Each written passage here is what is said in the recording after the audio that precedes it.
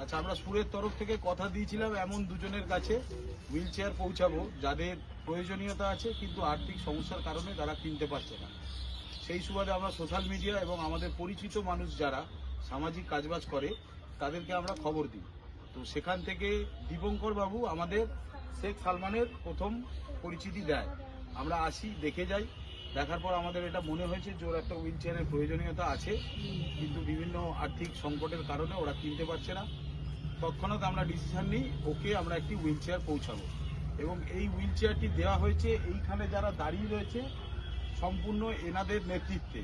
এনারাই ফান্ডের ব্যাপারে দেখাশোনা করেছে, এনাদের নিজেদের পকেটের পয়সায় একত্রিত করে এই হুইল চেয়ার কিনেছে। এরপরে আরেকটি হুইল চেয়ার সরসুনায় দেওয়া হবে, এটা এখন নহাজারিতে দেওয়া হলো।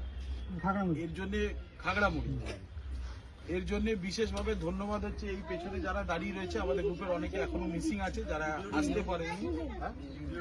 না না, অবশ্যই আমাদের এই যারা দাঁড়িয়ে রয়েছে এদের নেতৃত্বে এবং এদের নিজেদের সদিচ্ছায় এই হুইল চেয়ারটি ওকে দেওয়া হলো। আর আমি গ্রামের সবার সামনে বলে যাচ্ছি যে যদি আপনাদের কোনোদিন এরকম মনে হয় যে এই হুইল চেয়ারটি সালমানের আর প্রয়োজনীয়তা নেই, তো এমন মানুষের হাতে তুলে দেবেন যার প্রয়োজন আছে, ঠিক আছে?